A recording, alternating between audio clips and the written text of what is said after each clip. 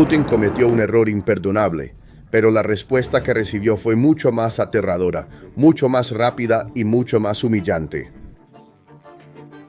Putin lanzó un ataque brutal sobre Kiev el 1 de marzo. Los objetivos, como siempre, fueron áreas residenciales civiles. En pocas horas, en la noche del 2 de marzo, drones ucranianos y drones navales convirtieron Novorossiysk en una escena completa de devastación.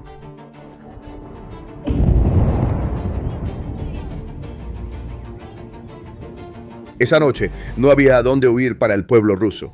La ciudad se convirtió en una enorme bola de fuego. Esta ciudad, que pensaban que sería un refugio, se convirtió en una trampa mortal porque los misiles rusos, incapaces de detener los drones ucranianos, entraron en pánico y atacaron a su propia gente. Millones de rusos están atrapados en sus casas y en las calles.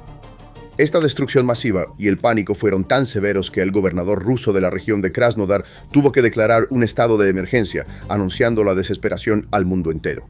La destrucción no se limitó a esto. Debido a la amenaza de vehículos aéreos no tripulados en el cielo, aproximadamente 100 vuelos fueron cancelados de inmediato en los aeropuertos de Sochi y Krasnodar. Los edificios terminales se convirtieron en trampas masivas, donde miles de personas se sentaron en sus maletas y los niños dormían en los bancos. El tráfico aéreo en el sur del país quedó completamente paralizado. El costo del ataque fue mucho más pesado que el pánico civil. Buques de guerra, infraestructura petrolera masiva y los sistemas de defensa aérea más confiables de Rusia fueron atacados uno tras otro. Además, Ucrania logró todo esto utilizando solo una combinación de vehículos aéreos y navales no tripulados. No hubo necesidad de misiles de largo alcance. La confirmación clara e inequívoca de esta operación masiva provino directamente de las Fuerzas de Operaciones Especiales de Ucrania y de la inteligencia militar. Los rusos confiaron ciegamente en los batallones S-300 y S-400 que habían acumulado en el puerto la noche del 2 de marzo. Con un total de 12 sistemas de defensa aérea activos, se asumía que era un escudo impenetrable alrededor de Krasnodar. Sin embargo, la táctica de Ucrania fue impecable. La primera ola no apuntó al puerto en sí. Cegó los ojos y escudos que protegían el puerto. Ahora, mira estas imágenes. Los sistemas de defensa aérea han entrado en modo de pánico, disparando sin saber a qué están apuntando. Los objetivos que están alcanzando no son drones ucranianos, sino sus propios complejos.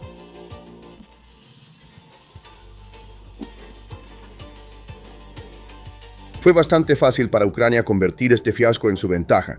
El radar de defensa aérea S-300 PMU-2, los sistemas Pantsir S-2 y los buques de guerra pertenecientes a la flota del Mar Negro fueron destruidos.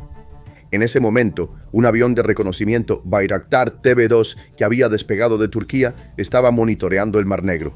El oso estaba completamente cegado. El momento en que el escudo cayó, comenzó la segunda fase de la operación. Según declaraciones oficiales confirmadas por el Moscow Times, Moscú anunció desesperadamente que había derribado 172 drones ucranianos. Quizás lo hicieron. Sin embargo, esto no podía ocultar el hecho de que la principal fuerza de ataque había alcanzado su objetivo y que la doctrina militar rusa había fallado. Ahora han dirigido su atención a centros económicos indefensos. Inmediatamente después de atacar objetivos militares en el puerto, el ejército ucraniano dirigió su atención a la terminal de petróleo de Shevcharis, que mantiene en funcionamiento la máquina de guerra rusa. Este movimiento fue una operación estratégica de alto impacto destinada a cerrar directamente las fuentes de ingresos de Rusia, mucho más allá de simplemente dañar una instalación. Para comprender la importancia de la terminal de Shevcharis, basta con mirar algunas cifras.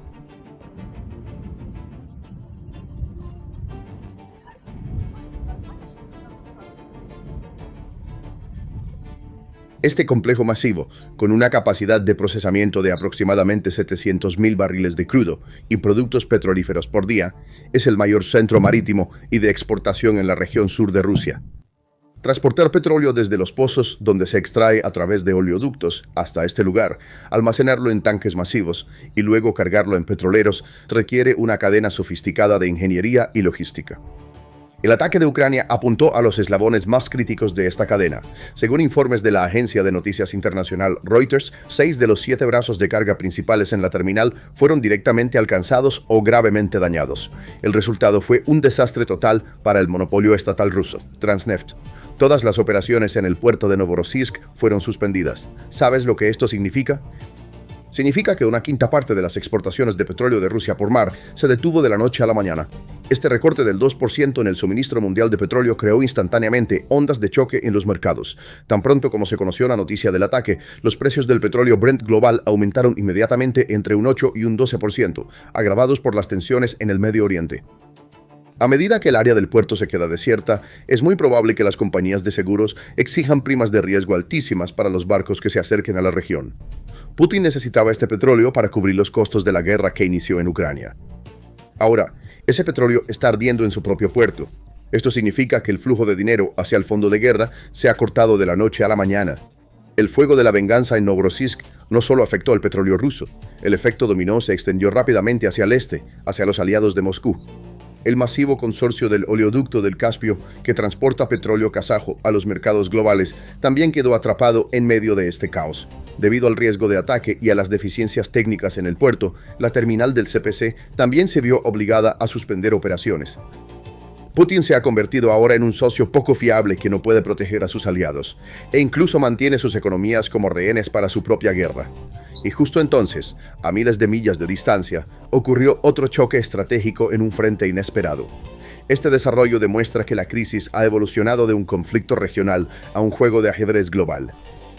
Mientras el Mar Negro ardía, las fuerzas especiales belgas, apoyadas por helicópteros de la Marina francesa, llevaron a cabo una operación en las frías aguas del Mar del Norte que fue digna de una escena de película. El objetivo era el petrolero Efira, que navegaba bajo una bandera falsa para eludir las sanciones internacionales y formaba parte de la flota fantasma rusa. Esta operación Blue Invader señala un cambio drástico en el enfoque de la Alianza Occidental hacia la economía de guerra rusa. Hasta ahora, los intentos de frenar estos barcos fantasma se habían limitado a sanciones en papel, pero ahora han sido bloqueados y capturados físicamente mediante el uso directo de la fuerza militar. En palabras de Emmanuel Macron, esta medida es un duro golpe a la red de contrabando rusa. Cuando se combinan la destrucción en Novorossiysk y esta operación de incautación en el Mar del Norte, surge una enorme pinza que se cierra sobre el comercio de petróleo ruso.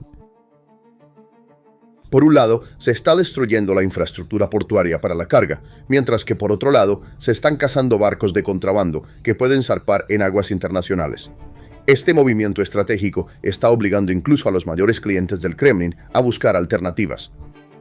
Grandes compradores que sufren de hambre energética como China están inevitablemente señalando un cambio de regreso a Arabia Saudita ante esta imprevisibilidad, riesgo y las interrupciones de suministro en el petróleo ruso.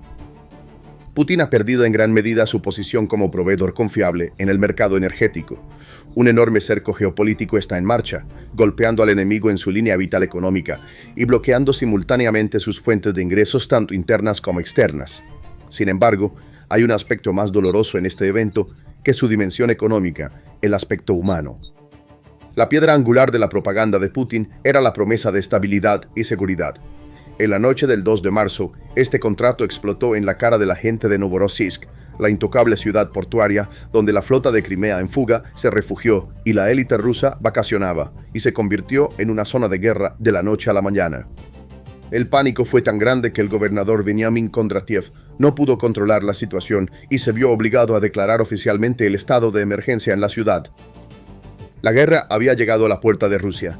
La mayor tragedia y punto de inflexión no fueron los drones ucranianos atacando la ciudad, sino el ejército ruso encargado de proteger la ciudad que llovía muerte sobre su propio pueblo. En pánico, los operadores de defensa aérea dispararon impotentes a los vehículos aéreos no tripulados que cubrían el cielo, resultando en una horrible serie de errores. Los misiles disparados desde los sistemas únicos y modernos Pantsir S-1 fallaron su objetivo y se descontrolaron, estrellándose contra bloques de apartamentos y casas privadas donde los residentes de Novorossiysk estaban durmiendo. En videos grabados por civiles que capturaron estos momentos aterradores, se puede escuchar claramente a un hombre en desesperación gritando que uno de los misiles impactó en la ubicación de la empresa global. Las investigaciones regionales realizadas a través de inteligencia de fuente abierta indican que el término global mencionado en el video se refiere a la empresa Global Group, que maneja la logística de contenedores de productos agrícolas a través del puerto de Novorossiysk. Lo que hace esto aún más sorprendente e irónico es que esta empresa probablemente sea uno de los actores clave involucrados en el contrabando de grano ucraniano robado de territorios ocupados hacia los mercados globales. La defensa aérea rusa en pánico puede no solo haber atacado a su propia población civil, sino también haber destruido una de las infraestructuras de contrabando financiadas ilegalmente por el Kremlin con sus propias manos. Los funcionarios locales no pudieron ocultar este hecho. El alcalde de Novorossiysk, Andrei Kravchenko, reconoció la gravedad de la situación. Se vio obligado a admitir que 8 bloques de apartamentos y 9 casas privadas habían sufrido daños graves en el caos. Y ahora llegamos a la imagen más clara de la destrucción. Sheshkari, mucho más que una instalación portuaria ordinaria, es el sustento de los tanques en la línea del frente. Las repercusiones de esta operación masiva en el frente y el ejército ruso están diseñadas para crear un efecto dominó devastador. A corto plazo, es decir, dentro de la primera semana, las unidades blindadas rusas en el frente pueden no enfrentar una crisis masiva de combustible. Esto se debe a que el ejército tiene una cierta reserva en sus refinerías internas y depósitos secretos. Sin embargo, el peligro real radica en la interrupción de los equilibrios tácticos. La destrucción o el daño grave a los sistemas de defensa aérea con radar Pantsir S-2 y S-300 alrededor del puerto durante el mismo ataque dejó al mando ruso en un terrible dilema. Obligada a proteger la terminal de miles de millones de dólares y lo que queda de la flota del Mar Negro, Moscú ahora se ve obligada a desmantelar baterías críticas de defensa aérea del frente y Crimea y reubicarlas en Novorossiysk. Este movimiento adelgaza el escudo aéreo que protege a los soldados rusos en el frente, dejándolos expuestos a drones y ataques con misiles ucranianos. Un ejército que no puede defender su propia retaguardia está condenado a sufrir grandes debilidades en la línea del frente. Mirando al mediano plazo, es decir, de 1 a 4 semanas, la devastación económica de esta estrategia de estrangulamiento comienza a sentirse directamente en el terreno. La pérdida de la capacidad diaria del terminal de 700.000 barriles crea un drenaje diario masivo de 50 a 60 millones de dólares en el presupuesto de guerra del Kremlin. Este dinero no es simplemente ingresos por exportación.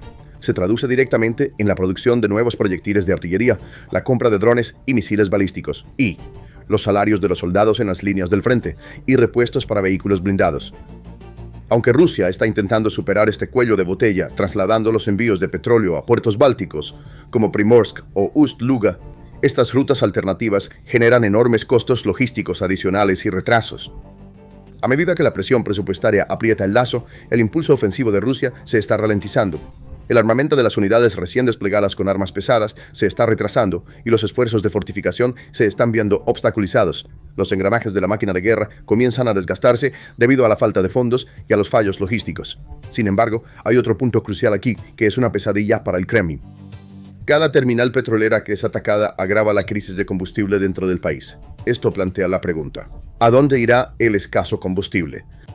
A las enormes reservas de diésel necesarias para mantener en movimiento los tanques, vehículos blindados y unidades de artillería en el frente ucraniano, o a las estaciones de servicio en las ciudades para evitar el pánico civil y una posible explosión social. Si el combustible se dirige al ejército, el caos en las ciudades se intensificará y la autoridad de Putin será cuestionada directamente por su propio pueblo. Si el combustible se dirige al consumo civil, esto limitará severamente la movilidad de las tropas rusas en el frente, dejándolas inmóviles y como objetivos indefensos, y presentando a Ucrania nuevas oportunidades de ataque. Ambas opciones conllevan el potencial de un desastre. Para entender este potencial desastre, es necesario recordar cómo se ha roto el equilibrio de poder en el Mar Negro en los últimos años. El mito del poder naval del Kremlin se ha erosionado gradualmente frente a Ucrania, que ni siquiera tiene una armada. La vulnerabilidad actual de la flota es en realidad el resultado de una serie de retiradas estratégicas. El primer gran impacto de este colapso ocurrió en abril de 2022, con el hundimiento del crucero Moskva, el buque insignia de la flota del Mar Negro, en las aguas del Mar Negro. Esta fue la primera gran brecha en la aparentemente impenetrable armadura psicológica del poder naval ruso. La ola de presión no se detuvo allí. En septiembre de 2023, Ucrania atacó directamente el corazón de la flota, golpeando los astilleros de Sebastopol con misiles y destruyendo un submarino y un buque de asalto anfibio en dique seco. Se había vuelto claro que Crimea ya no era un refugio seguro capaz de proteger la flota. Este implacable anillo de fuego obligó al mando ruso a retirar el resto de la flota más al este, al puerto de Novorossiysk, en el continente ruso. Sin embargo, el hundimiento del buque patrulla Sergei Kotov por drones Magura Pinto V en marzo de 2024 mostró que el alcance de la amenaza ya se había extendido. Y hoy, en marzo de 2026, el panorama se ha vuelto mucho más sombrío. Novorossiysk ya no es solo un puerto para que la flota se refugie. es la principal línea vital de la economía rusa que ha sido golpeada. La flota, que una vez dominó el Mar Negro, ahora lucha por sobrevivir en su propia patria, en un puerto con un sistema de defensa aérea colapsado. Esta crisis se está registrando como una estrategia de asedio y estrangulamiento rara vez vista en la historia marítima. Entonces, ¿cuáles son tus pensamientos sobre este asunto? Comparte tus opiniones en los comentarios. No olvides suscribirte al canal y activar las notificaciones para estar al tanto de los nuevos análisis de PPR Global. Gracias por elegirnos. Gracias por elegirnos. Gracias por